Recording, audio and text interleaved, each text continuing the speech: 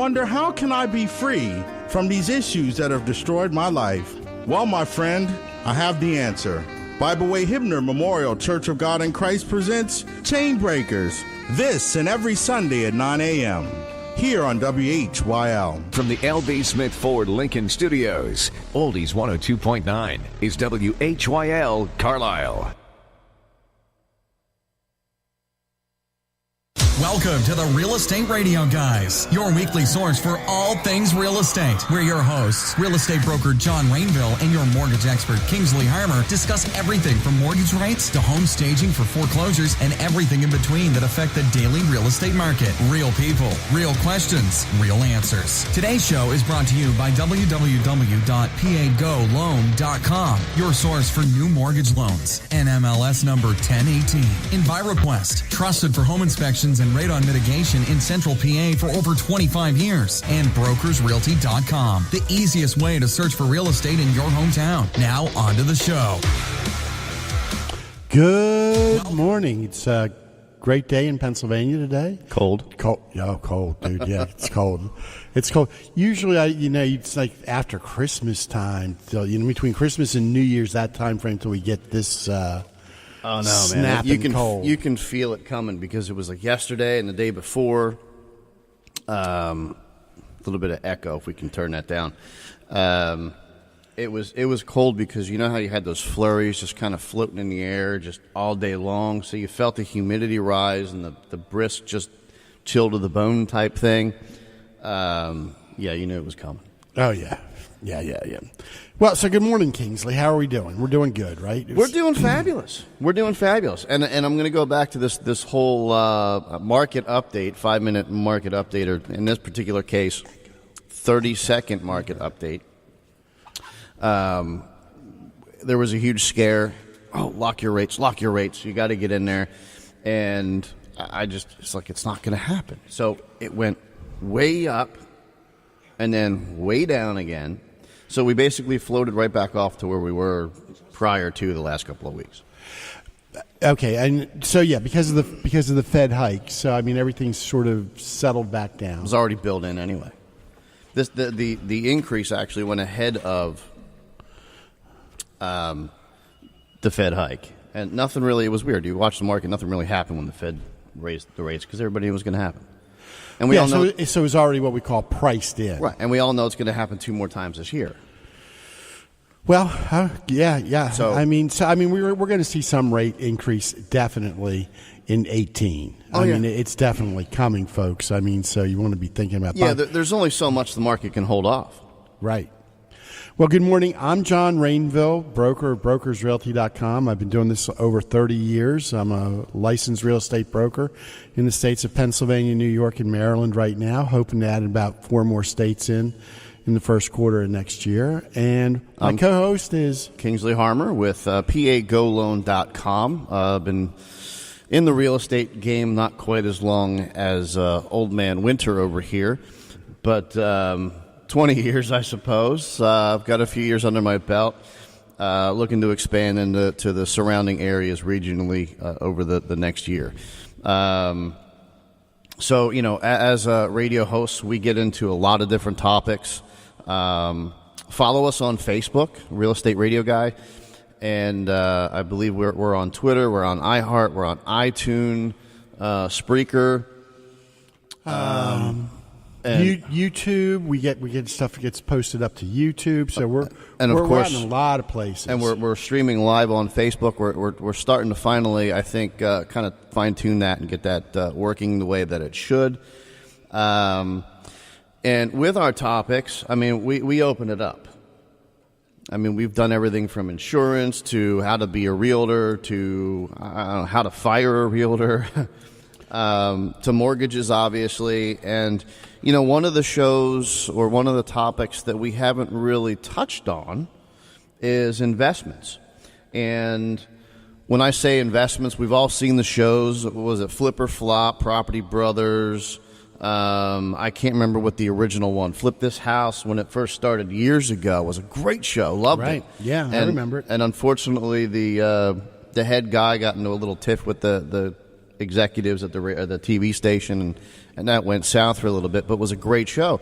And you started this whole revolution of becoming millionaires. Are we still online? Yeah, you're still online. Okay. Keep going. To become millionaires overnight by flipping houses, right? So then you have all these people that are giving all these talks, coming to town, coming to Harrisburg. What is that Montalban guy who was on Flip That House for a while, and he learned early on that he could monetize the idea of becoming rich as opposed to maybe actually giving, I don't know, concrete advice. Armando was like really making a lot of money off of selling the things. Right? Oh my God, he made like $40 million one year just going around and doing these little things. They come in free tickets. Here's a free ticket. Learn how to, and then you buy a course for like $10,000 to $30,000, and people would leverage themselves out on credit cards and everything to get these courses. And he wasn't the only one. Don't get me wrong. There's been a lot of them. And then they would call you. They're like, hey, I need to get some financing on a flip. Okay, great. Well, then you'd find out that they're leveraged to the hilt, and they've got all kinds of debt to buy this course to learn how to do it, and then they're kind of SOL. And they all end up in the same boat. In any event, in Central PA happens to be one of the highest markets for flips, real estate investments. I think York was ranked number one for 4 or 5 quarters in a row, if not 2 years. And there have been a few groups in York, Lancaster, and Berks County, to name a few, where there's literally just a group of people that are interested in investing and how to do it and kind of networking the whole 9 yards. And one of those groups in Berks County, I had the luxury of going to a Christmas party in the last week or so. Good morning. And her name that runs the group is April Crossley. What a great young woman this is. I say young because she's probably 20 years younger than I am. But here's somebody that I love the twist of. Here's the cold, hard, brutal truth, whether you like it or not, facts. And she's going to give it to you whether you like it or not. And that's how she runs her group. And I think it's one of the largest, if not the largest in PA, let alone the East Coast, as far as investment groups. But it really is a no BS kind of place to go to network, just to learn everything from how you demo a house or get rid of it. I mean, there's all kinds of people in this group. So we're going to be talking with April about buying houses, flipping, how they can be invested in, sort of what the process is this morning, right? Kind of what the process is, and whether or not all the hype is there. I mean, we're talking to somebody that's done it, in the trenches that does it day in and day out, and I believe April's on the line now. Yeah, let's bring her on because. Good morning, April. Good morning. How are you? I'm doing fabulous. How are you doing this fine morning? I'm good. I understand. Thanks for having me. I understand you broke a cardinal rule today. I did. I have a rule: I don't really talk to any human beings before 10 a.m.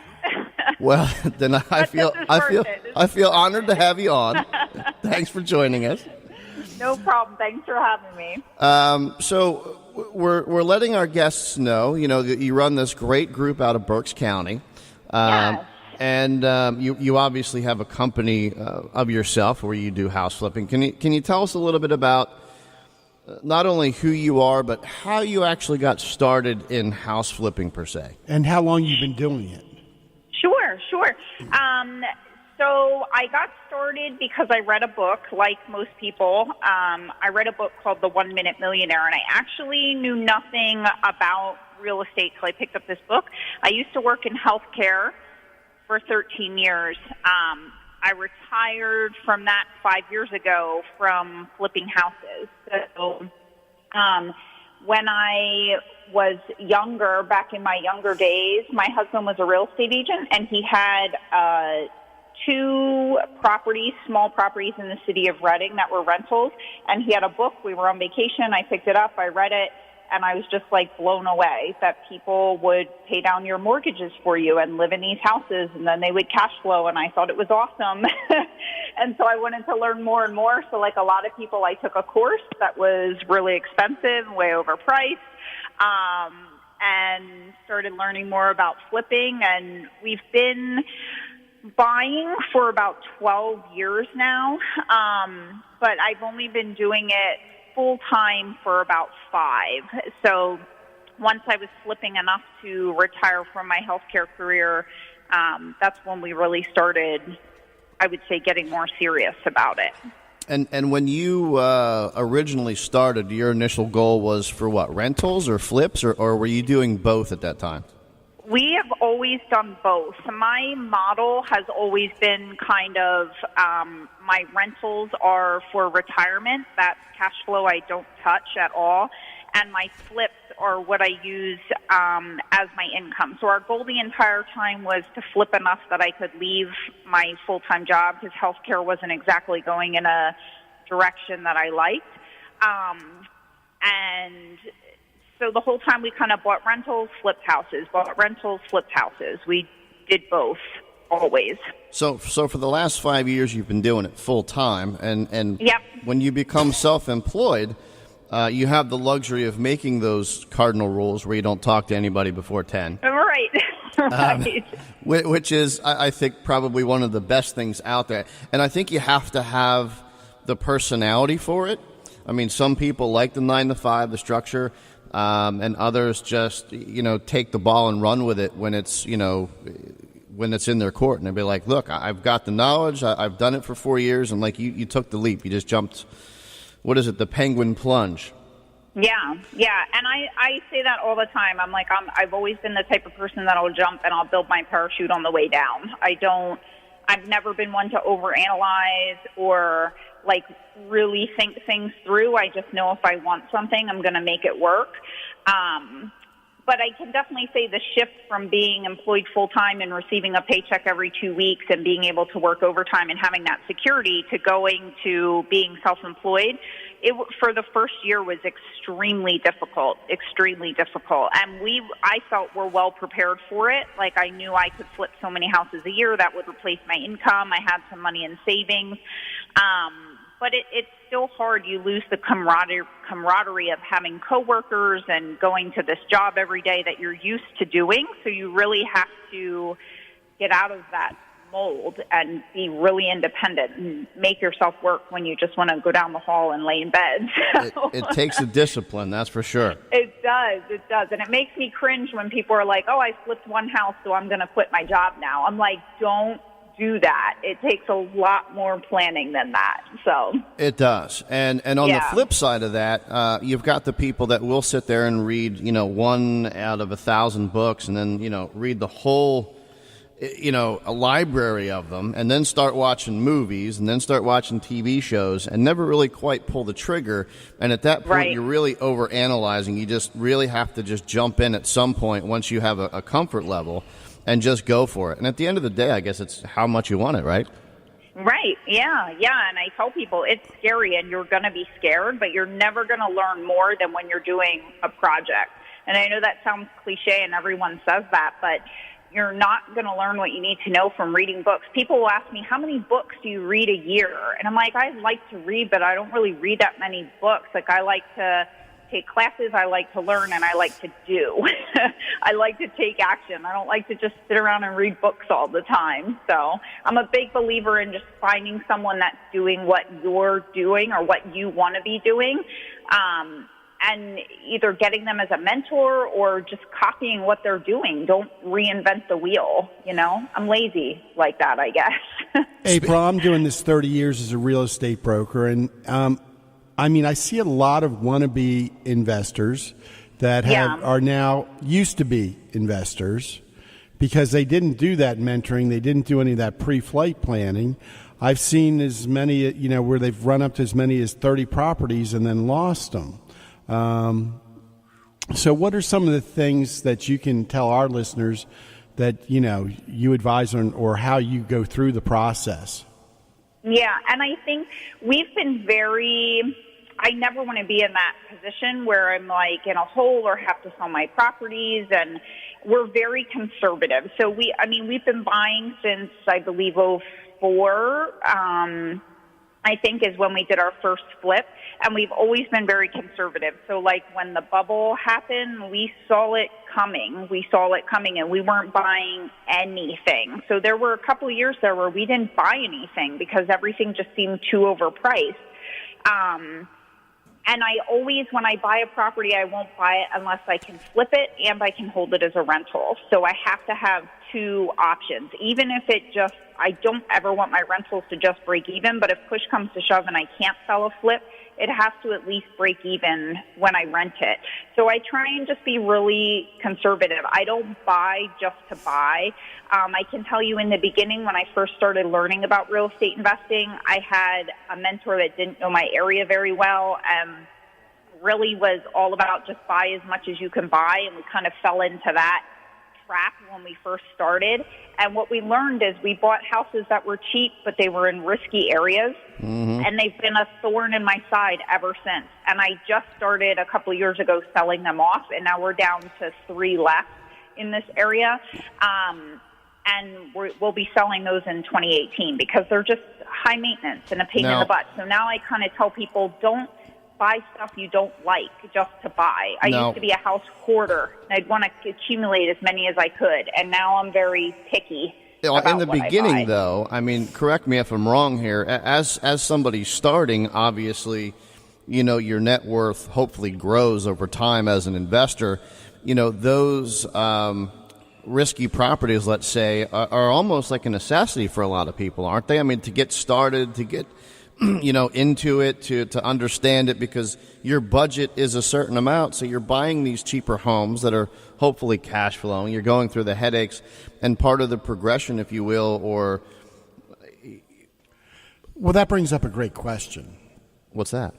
So, April, how do you decide whether it's a buy and hold or a buy and flip?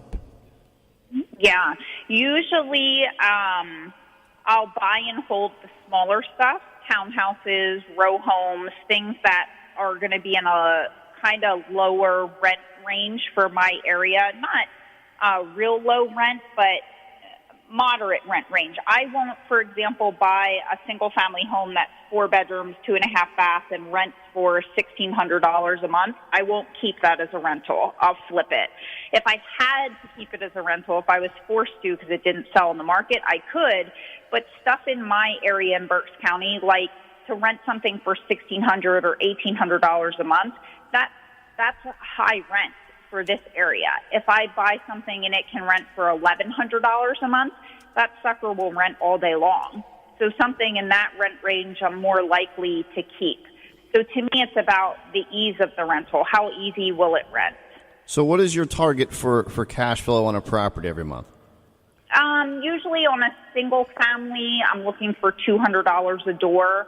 On a multifamily, it's a little bit different, anywhere from $75 to $150 a door, but it depends. It depends on where the multifamily is, and it depends how much upside I have in it. Like, can I increase rents? Can I improve the building? Do I know rents are going to go up over time? So a lot more factors into it with multifamily. Now, do you manage your own rentals, or do you farm that out? I have some of it farmed out, and some of it I manage on my own. I'm just getting to that point where I'm trying to let go and have people manage my stuff, but the majority of it I still manage myself. And in addition to like the residential, the homes and townhomes that you're doing, do you do any commercial flips? I have not, no. We just flip single families. I think that's a whole other animal. Yeah. I mean, yeah. it's a lot riskier, I think. There's a bigger upside, but you're also sinking a whole lot more capital, I think, into that whole arena. Right, yeah. So when you got started in this, obviously you read the book, you paid for this huge class, and in this class it says, here's what you got to do. It's a piece of cake, no problem, right? Good. They make it sound like it's anybody can do it as long as you have a pulse. And then the illustrious carrot that they always dangle out there is, spend money on this class, and we'll show you how to pay for it. Because, you know, at the end of the day, you have to have money to get into this. I don't care if they say you don't need any money. Realistically, you need some. I mean, you're investing money into either holding costs, closing costs, however the whole picture lays out, unless your uncle's rich. Right. So how did you pay for your first flip or rental property when you first started?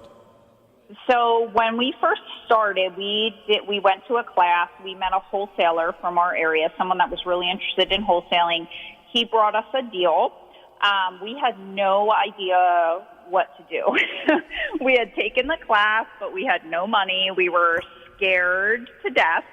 So we took the property to another guy in our area that was a seasoned flipper. And we basically said, we have this great deal. We have no money. Is there any way that we can partner on it with you? And we offered to do some of the grunt work to make that happen. Like, we'll rip out carpet, we'll paint, we'll do whatever it takes if we can split profit somehow with you. It didn't have to be 50-50. We were open to anything. But he agreed to buy the deal with us and split the profit 50-50. So basically, we joint ventured. We didn't bring any money to the deal at all. Not a dime. We put in sweat equity into the deal. And I later found out at closing that this other investor that we joint ventured with, he brought a private money lender. That's who funded it. So the other investor didn't even fund it either. He had a private money lender fund it. And after the deal was done, that private money lender came to us and was like, hey, if you do any other deals, let me know. I'd love to fund them for you. And that's where things kind of took off. So for our listeners out there, there's all these terms being thrown out there. There's obviously hard money, private money, and then there's private money lenders.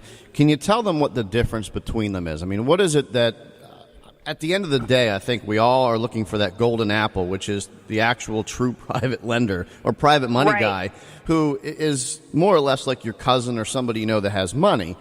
So what's the difference between that and a hard money lender? The simplest way to explain it for me is hard money lenders operate more like a business.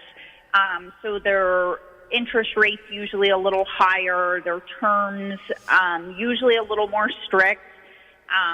They're just a lot more expensive. They run it as a business, and they usually don't fund as much of the deal. So a hard money lender might say, I'll fund 60% of the deal or 70% of the deal, but you have to have skin in the game. Private money lenders are typically someone you know personally that has money that wants to invest in real estate, but they don't want to get their hands dirty. They just want to write a check and fund your deals, and then you pay them a rate of return. And private money lenders are usually local to you, and you know them, whereas hard money lenders are usually businesses that will lend all over the United States. And the private money lenders, because they know your market, they know you personally, they're more willing to lend a greater percentage of the deal. So they might do 90% or 100%. Or like what I tell people is, if you can't find a private money lender, just find a deal. This business is all about finding deals. If you can't find deals, your business is dead. I don't buy anything that's not a deal. I don't buy anything off the MLS. I mean, it's got to be a really good deal for me to buy it. And no one is going to pass up a really good deal. So if you can find deals and you know investors that are buying deals, you can get the deals done. If you take a deal, if someone would bring a deal to me and say, hey, I have this great deal, but I have no money, can we work out some kind of profit split? And can I learn from you while we do the deal? The answer would be yes, all day long. All day long. April, as long as it's a deal. Can you give our listeners an idea of what wholesaling is? Because we're throwing out a lot of terms that I don't think some of our listeners really grasp. What you're talking about there. Yeah, wholesaling is when someone finds a deal and they basically sell you the contract. So they'll find a deal. The seller will want to sell a house. The wholesaler will get it under contract, put it in writing, I'm going to buy your house for $60,000. Then the wholesaler will bring me the contract and say, hey, I have this guy that wants to sell his house for $60,000. I already negotiated the price with him. I'm going to sell it to you for $65,000. So you're going to buy the house, and you're going to give me $5,000 for bringing you the deal. So that's what a wholesaler does. Basically, it's a what do they call them? Like a middleman. Yeah, middleman. I come across a great deal.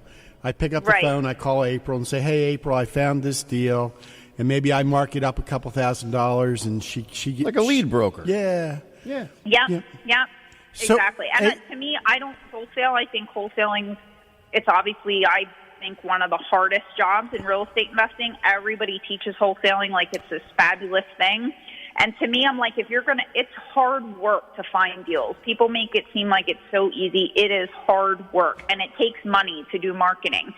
So that goes back to the whole, can you really do it with none of your own money? You can if you network and you're making connections to find deals, but you still have to have some money for marketing. And wholesalers spend a lot of money on marketing and a lot of time finding deals. And they're good at it, though. I mean, if they're able to sustain, like as you know, in your market, a wholesaler that you know is good at it and has stuck around for a while because that's just their model. That's what they like to do.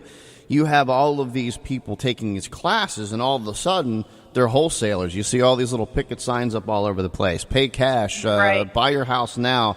And you and I both know 99% of them don't really have any houses to buy or have any cash to buy, but it's a marketing ploy. And for those of us out there that maybe don't have the friends or the networking, which is another reason for this show, is they don't know where to come up with money or how to get a hold of anybody, or nobody in their immediate circle has the cash to be able to pull this off. So what do these gurus tell you? They say go out and wholesale a few properties, save up your cash, and then have some equity to put into the game. Right. I mean, isn't that how a lot of investors, quote unquote, have started or thought they had to start? That's how a lot of people think they have to start, is with wholesaling. And to me, the only time I'm ever going to, quote unquote, wholesale off a deal is if I don't like it. If it's not in an area for me, or it's just not a house that I like. Like, I don't buy mobile homes. Like, there's certain things I don't buy that other people do. But I always say to people, if you're going to take a class and learn to do something, like, wholesaling is just all about finding deals. Wholesaling is not a way to build true wealth. Building true wealth comes from owning rental properties. That's the bottom line. Not from flipping, not from wholesaling. If you're going to work that hard to find a deal, then work that hard to network with other investors that you can at least joint venture on the deal instead of wholesaling it and split profit with them. Put in some sweat equity and split profit so you can make a bigger chunk as opposed to just a wholesale fee. April, one of our listeners wants to know, where do you find most of your deals? Because you're saying about how hard this is. You're not buying them off the multi-list. You're probably not buying them through a realtor. Where and how are you finding them? I do a lot of direct mail, and I do a lot of networking. A lot of networking with attorneys, title agents, people that just come across people every day that need to sell deals. The majority of my deals are coming from direct mail. So like a yellow letter approach, or? Yeah, I don't do yellow letters. I don't believe in yellow letters anymore. I know that's what the gurus still teach. I just don't think it works. There's so many people out there pounding the we buy houses cash, that I actually now do my marketing to say, I actually say in my marketing, I'm not one of those we buy houses people, because I found that just from sellers' response when they call me off my direct mail, they want something that's more personalized with like a local personal feel. And a lot of sellers will call me and say, you're not like one of those we buy houses people that puts up those like dirty signs everywhere, are you? Like, they're almost disgusted by it. They're everywhere. So everybody's doing the we buy houses things, and when everybody's doing something, I go the other direction and I do something different. So I don't use yellow letters. I do my own letters. Do you handwrite them? I think that's one of the biggest questions. Do you handwrite them or print them and sign them? I I don't even sign them. I print them, but I don't sign them. Like at the top, it'll say from the desk of April Crossley, and at the bottom, it'll have all my information, and the letter is in between, so I don't have to sign them all because I send way too many to sign them. The only time I handwrite is if I see a house I really, really want. Like the other day, I was driving in a neighborhood close to me, and I saw a house that was overgrown by trees and bushes, and it's in an amazing area. So I got a little note card, and I hand wrote a note card. So if I really want something, like I drive past an apartment building I want or a house I really want, I'll take the time to handwrite a note card for the first mailing, but all the subsequent mailings will just get a printed letter. Driving for dollars. Gotta love it. So, April, another question. So, okay, on one of these flip homes, what type of margin or spread are you looking for at the minimum? Are you willing to do one where you make $10,000, $20,000? What type of numbers are we talking? I won't do anything for less than $20,000. It's just not worth it to me. And the reason I say that is just every project, I don't care who you are, every project, something pops up that's unexpected. So I really feel like because I use private money to buy all my deals still to this day, I don't use my own money. I want there to be enough padding to make the private lender feel safe and secure, and for me to feel safe and secure, and to me, $10,000 just doesn't do that. $10,000 is not a lot of money. Right, because you could have one repair that wipes that profit out, right? All of a sudden you need a sewer line you didn't know, and there goes $9,000. Exactly, and you have a lot of these high-volume flippers that private lenders are just lending to them, and they don't know what they're doing on each project, and these high-volume flippers are just want to keep the private lender's money working, but they're making $5,000 profit, $8,000 profit. I think we know who those high people are. Yeah, we do. We know a couple of them in the area. to me, I'm like, if I would never, and we do a little bit of private lending ourselves, and I'm like, I would have a heart attack if someone told me that I'm lending on a deal that's only making $8,000 profit or $10,000 profit. That's just not enough fat. We shoot for 20, and our average profit is 32. A question from one of our Facebook viewers is your husband, you mentioned that in the beginning he was a licensed realtor. Is he still licensed, or did he stop being a realtor? No, he's still licensed, and actually that's his primary thing. So even though when we met he had the two small investment properties and he had his real estate license, he's been a realtor for about 15 years now. He's involved in the investment company, but very much at a distance. So he's not a part of like the LLC, or I mean, there's a lot more risk when you're carrying a real estate license and then flipping properties. Oh, yeah. And his name is on our LLC that we flip and on our LLC that we buy and hold in. So what I do, I always have to disclose when I talk to a seller that there is a licensed agent on our LLC. And I also put it in all our contracts that the owners of the LLC are licensed agent. And I also put in the contract, I have the seller sign that seller understands they're selling the home for below market value. I make them sign that. And I also give them the market value of the property every single time. Wow. So in your opinion, then, is having a real estate license required or important? No. No. I mean, having a relationship with a real estate agent is very important, but having your license to do flipping and buying rentals, completely not necessary at all. Being married to one obviously seems to be like the perfect way to go in a perfect world. Because as you're having breakfast, you're getting your market update, and you can give your agent a hard time as to why the property's not selling. Exactly. But I mean, do you ever buy any off the MLS? I don't. No, I never have. Never. I just find the deal. Never. I just find the deals aren't good enough for me. And believe it or not, my husband doesn't really work with investors. Not even me. I mean, he'll list our flip project, but he's not out there like taking investors around to look at like 1 million houses on the MLS or anything like that. And we've just never bought that way. I'm not saying there's no good deals on the MLS, but we're to the point now. I'm very hands off. I don't do anything. I'll see the property when I buy it. I might inspect it once during rehab, and then I'll see it when it gets listed on the market. But other than that, I don't really have anything to do with it. Once I buy it, I'm already on to the next one. So you've you've just become, the Armandette? Armando. You've just become the conglomeration that you've hated to become all these years. Now you're it. What are you going to do? So how many deals do you do in a year? We only flip usually on average between 8 and 10 a year. I don't want to say I don't love flipping. Like, obviously I like it. It's what got me out of my job. When I first started, I was like, I only need to flip 3 houses a year to leave my job. That's it. So when I was doing that for 3 years in a row consistently, then I left my job. And now I'm like, okay, 8 to 10 flips a year. That's good. I'm happy with that. I don't want to run around like a chicken with my head cut off. I don't want to hire a whole team of people. I hope that one day I won't be flipping. If I'm still flipping 3 to 5 years from now, I'm going to be pretty unhappy with myself. The evolution of a house flipper right here live on the radio, folks.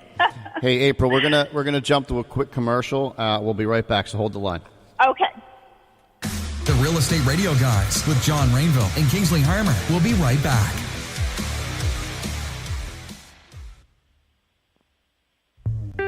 Are you working with a mortgage company that offers pre-approvals or just pre-qualifications? Does your mortgage company reward police, firefighters, military, teachers, and nurses with better rates and fees? How would you like to apply and be updated on the status of your loan right from your phone? Introducing GSF Mortgage Corporation, where technology and relationships make the difference. Visit pagoloan.com to apply or call 717-200-4800 for more information. NMLS number 1018.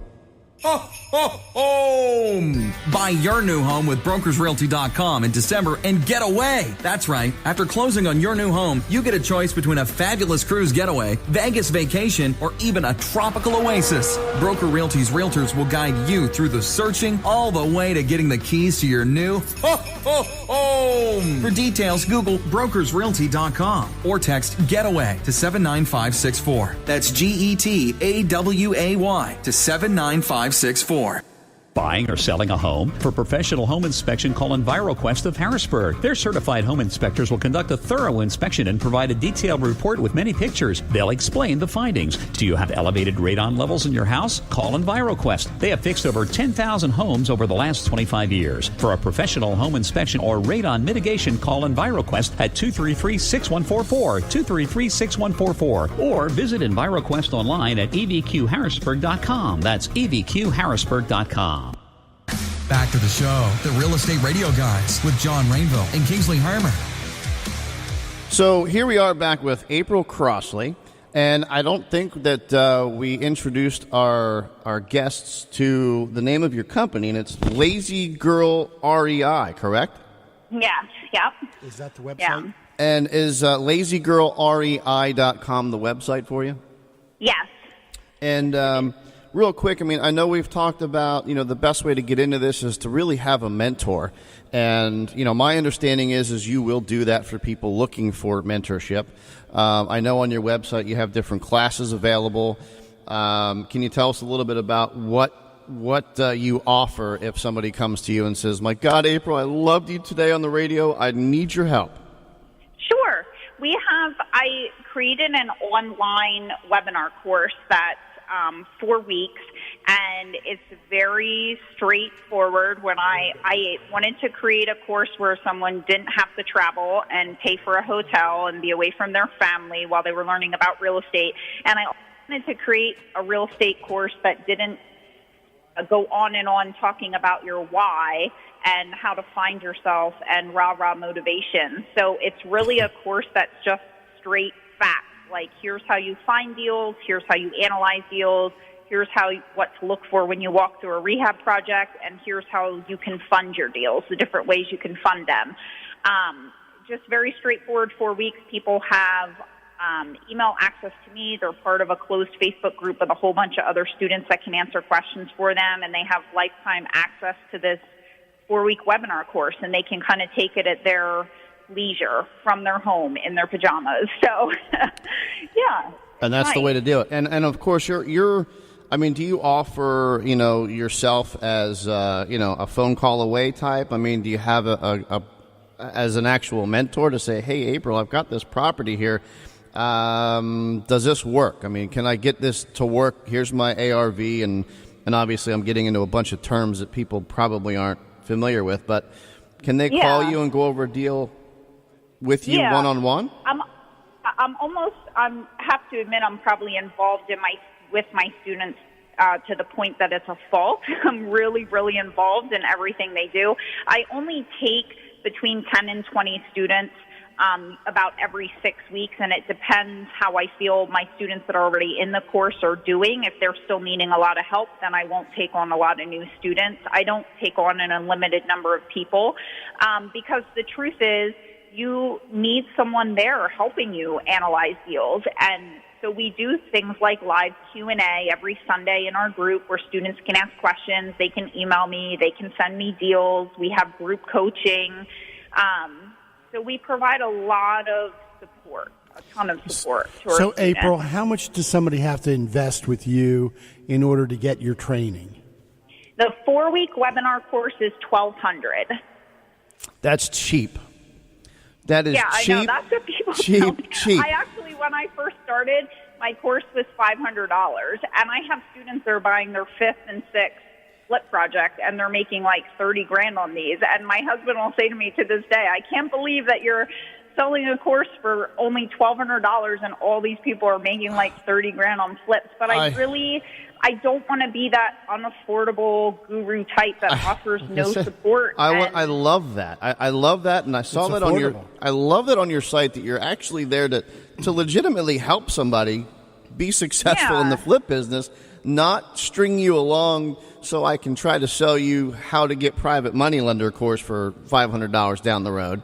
Yeah, and I tell them, like, I don't upsell. I have nothing else to sell you. And I also tell people that I'll talk to them if they don't know if my course is for them. But I tell them, don't join my course if you want to learn wholesaling, lease options, subject to. I don't teach those things. I teach you what I do. Flip, buy and hold with someone else's money, seller financing. That's what I teach. So I'm pretty straightforward about what I teach, and I'm very straightforward when I teach it. And it really actually excites me more now when my students buy stuff than when I buy my own stuff. To me, it's kind of like when I buy another flip, I'm like, oh, I bought another flip. Okay, here we go. But when my students buy something, it just lights me up inside. It makes me ecstatic. I mean, I love it. I'm changing so many lives, which is really what I feel my purpose is and what I want to do. And it's amazing. It just makes me feel so good. Rewarding, to say the least. So for those of us out there that might not be ready to, let's say, jump into, do the plunge, and are in our area, as you know, we obviously have several different investor groups. So if you're not in our direct area, my God, go out and find yourself an investment group. Find somebody. You're not going to be lucky enough to find anybody like April, I can tell you that much. But find somebody like April in a group that's running a group that's there to actually help you. Right. And network, which is really what it's all about, is network. But if you are in our area, how would they join your group? What is it, Berks County, REI? Ours is if you go to meetup.com, it's the Berks County Real Estate Investment Group. So we're not, I think it's Berks County Real Estate Investors Meetup Group is what it's actually called on meetup.com. And we just strive to provide exactly what you said, an environment where people can network and learn. We don't let anyone speak that sells anything. I'm really strict about that, and I'm really strict about having like a welcoming environment for local investors in Berks County and the surrounding counties. Something where it's not cliquey and people are open. I basically have this rule: if you're not willing to help new people, don't come to my meetings. so we have a ton of new and experienced people that come, and everybody's really welcoming and friendly. And that's pretty much what I've seen too. I mean, in all the groups, and I love the fact that you can't sell anything, because most of these groups, or a lot of these groups, they bring you out. They either A, charge you to come to the meetings, or B, when you're there, they have a guest speaker on, and at the end they're like, okay, now buy my course for $5,000 now that I've spent my time. And they basically they go around and travel doing that. So Berks County, April Crossley, my God, what a great group. No BS, right in your face. This is how it's done. If you want to get involved, jump with me and I'll help you. I think having you on today, it was spectacular. Our listeners certainly loved it. I know I did. And thanks for breaking your cardinal rule today as far as talking to somebody before problem. 10 a.m. Thank you for having me. And if you want to get a hold of April, or if you're in the area, go to meetup.com, Berks County. Yep, put it up. We put it up there on We put it up on our Facebook page, lazygirlrei.com. If you want to reach out and grab one of her classes, which, my God, are so cheap compared to the gurus that don't tell you anything, go out and call April to get a hold of her somehow if you're looking to do that in the area, or even not in the area for that matter. So, April, thanks again for coming on. Thanks Have a great for having weekend. me, guys. I appreciate it. And Merry Christmas. You too. Have a good weekend. You do the same. All right. Bye-bye. Very interesting. Yeah. You know. She was just kind of a refreshing approach, because, like I said, you're always being sold a class, something, as opposed to just being taught. Yeah, and just frank about it, or April about it. Well, this morning John Stas is going to be talking about inspecting those flipped homes, and that's an important thing. I mean, because those have to be looked at with a slightly different, set of eyes. So, good morning, John. How are you doing? Hey, good morning, guys. Good. Good. I mean, it's a frosty morning out there, right? Yeah, for sure. You're glad you're not on the soccer field this morning? On my way to a tournament, but it's indoor, luckily. Oh, nice. Wow, that kind of takes the fun out of it. I mean, you could have been kicking icicles around. It'd been a little bit more exciting, I think. So, John, we were talking with April Crossley. We were talking about flipped homes.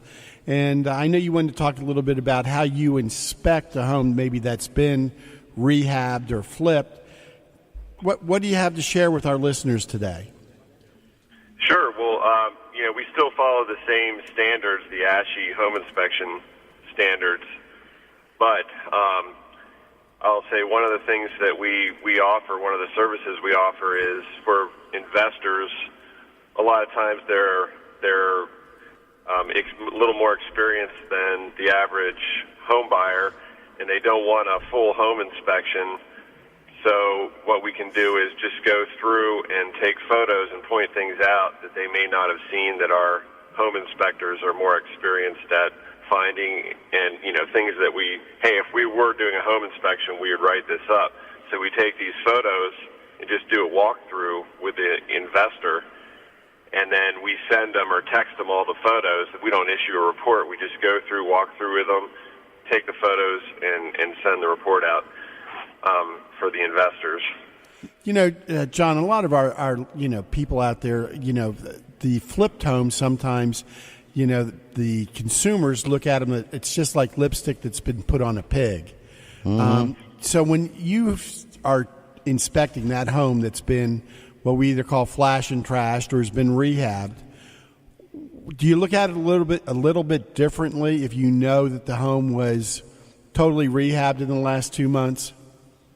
Sure. As you say, the home is a product. So a person flipping a home, they're providing a product for a potential buyer or a customer. So they're going to renovate that home in accordance with what they anticipate their buyer is going to want, or the end product that they desire to sell on the market. So we find the whole gamut. I know flippers that they say, hey, I rip out all the drywall in the house so I can find any problems behind the walls. That's what they do to start. So they're stripping it down to the bones every house they do. Then you have other people, like you say, the flash flippers who just put some lipstick on it, change the carpet, paint it up. So we'll go through and sort of focus on that to make our buyer aware, such as, okay, well, they put new flooring in the house, so you get quite a contrast, okay, maybe new flooring, but the windows are the old original windows, and they're not working very well. So we just sort of go through and document the condition of the home by the ASHI standards, but we find, a lot of this, the contrast, for example, okay, well, the first floor and the second floor are really, really nice, but there's some problems in the basement that weren't addressed because, that particular person flipping that home, they're flipping it to sell, and it's not going to make them a lot of money to clean out the basement and fix some problems down there.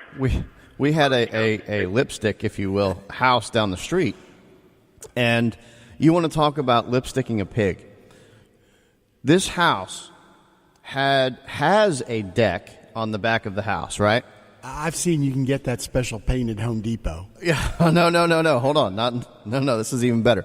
So this house was horrible. I mean, this was literally throwing paint up and maybe a little bit of drywall and new carpet. But they had no idea how to fix the issue that was going on. So they decided to just drywall over the sliding doors that went out to this deck as if the deck didn't exist. And the door itself was sitting on the deck, leaning against the house at that particular point. That was how it was. That's how it was sold. With the door still in. No, with the door leaning against the house, drywalled in. The deck was still there. There was no way to get to the deck because it was just drywalled over. The hole was drywalled over. Yes. Yeah, we find some things like that, and it could be deceiving for a buyer because the new flooring, the new countertops, that all stands out as being really nice, with the contrast of some things that maybe weren't done quite so properly. On the other side of the coin, I've been there, doing some house flips, and it's like, yeah, let's get rid of this paneling, and it's like, yeah, that's a great idea, get rid of this paneling, until you're at the store buying something to replace it, and it's like, oh man, I shouldn't have gotten rid of that paneling, it's so expensive. Oh yeah, well, it's a fine line for a flipper because, you still have to make money, you can't lose money. But they could have saved money, they could have just paneled over that same door, and they wouldn't have had to finish out the drywall. Yeah, I mean, windows, you could do the same thing. Drafty windows, drywall over it, no big deal.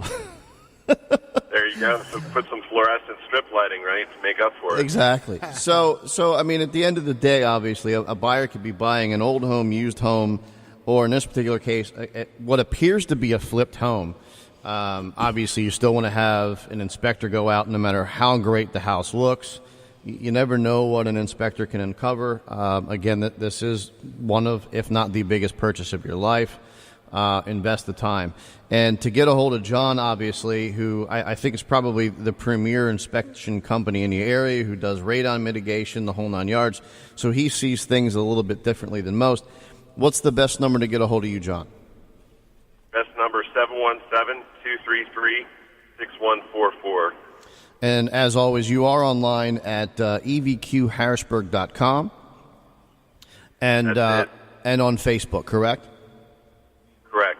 All right, John, as always, thanks for coming on. Stay warm. Enjoy your tournament, and we'll catch you next week. Hey, thanks for having me. Yeah, that's interesting, too, because inspectors do have to look at things differently. If somebody has just, sided or whatever over a door. Yeah, because, you walk into a house that was just drywalled over, what are you looking for? You don't know that there's a door there until you go out back and you notice there's a deck sitting there. But the same thing can be had for anything. You can spackle over something and cover it up. Crazy. Well, before we get to your financial minute here towards the end of the show here, I want to talk about, we're seeing a shift in the real estate brokerage models across the country, not just here locally, but really across the nation. When I first got in the business, I know we talked about this years ago, it was a phone, here's your desk, and the real estate brokers really covered most of the expenses, the advertising, the promotion, the signs, the lock boxes, the office expense. And then that slowly got switched over where more of like the advertising and marketing expenses were pushed down onto the real estate agent. And we're seeing now an influx of what I'm going to call indie brokers or new franchise, so-called franchise models. Oh, you mean the ones that hire like 1,000 a week? Well, what they're doing is they're actually giving very stripped down services to the realtor, to the real estate agent. You know, they're not taking care of hardly anything. Yes, they have a website, but they're not providing a lot of the technology tools and training that other companies are. So they're renting a license. They're renting a license, and a lot of those licenses that some, because at the end of the year we see a lot of changes. Real estate agents jumping to company to get a better split, make more money, things like that. But what we're really seeing right now is a lot of what I'm going to call newbie brokers that have been in the business for 3 years as a real estate salesperson, took the classes, took the test, and their level of experience is something that you're also paying for and buying. So if I'm a brand new broker and I don't have the experience, I may not be able to help save that deal for you. You ever see a TV show? They give out an FU award. It's called Fool Us. You ever see that show? Yes. With Penn and Teller? Yes, I love Penn and Teller. I love that show. And on that show, there's a lot of acts that they call sleight of hand. That's what it is. You're right? Exactly right. So, in essence, if it's all how you twist what you're seeing, the image. But at the end of the day, unless you're actually digging into the numbers and listing out all the expenses that you normally would pay yourself, because in essence, again, you're really just renting a license. Correct. They call them 100% splits, but again, you got to go down to the fine print. At the end of the day, educate yourself and find out what's covered and what's not. And I think and what they provide. And I think what would be minimal. a great idea is we can probably put something up on Real Estate Radio Guys' Facebook page and to show all the expenses that go into being a realtor. So, for example, you've got E&O insurance, right? Right. You've got website, phone marketing, MLS access, all of this realtor dues are expenses that a realtor incurs even before they step out of their door. So when you're going to these different places, it'll say 100%, but a lot of these other services aren't covered. So I think a lot of it comes down to where you as a realtor are in your personal career.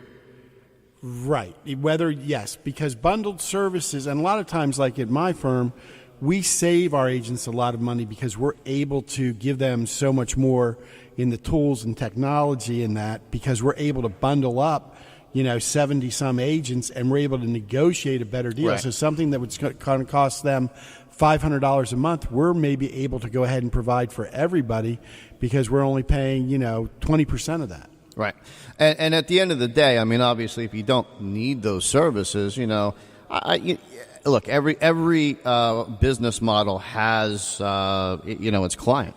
So, I mean, there are people that are geared towards going for that 100% rent a license type mentality, but just be sure that you are that person, because there are a ton of services you don't realize are being supplied to you that you need. Sometimes cheap is dear.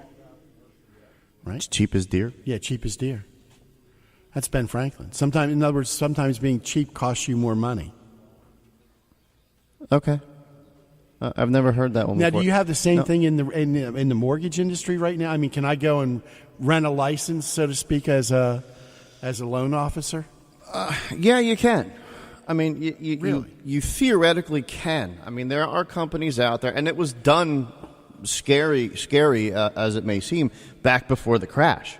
It was simple to sign on a piece of paper and kind of leverage your way to 48 states. I did it. I had a mortgage brokerage that we lent in 48 states.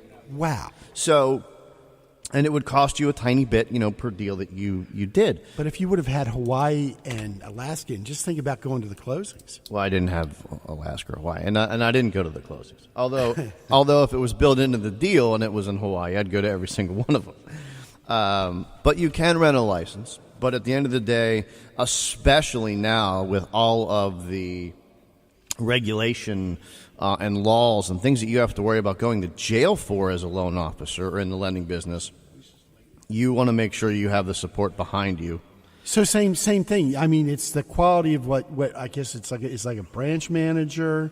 I mean, somebody that would, like one of your loan officers. So when they come, because it's your experience that you're bringing to the table, that maybe you can save that deal. So that's a loan that they don't lose, right?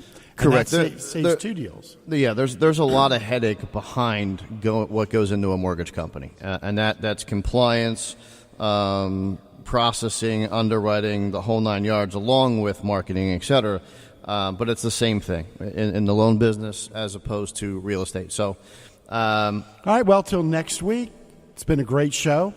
It was a great show. As always, visit us on Facebook, State Radio Guy. Happy holidays. Stay warm. Real people. Real answers. Real radio shows. Thanks so much for listening to this episode of the Real Estate Radio Guys with John Rainville and Kingsley Harmer. For more great content and to stay up to date, visit pagoloan.com, brokersrealty.com, and facebook.com/Real Estate Radio Guy. If you enjoyed the episode, please rate and review, and we'll catch you next time on the Real Estate Radio Guys. From the L.B. Smith Ford Lincoln Studios, Oldies 102.9 is WHYL Carlisle.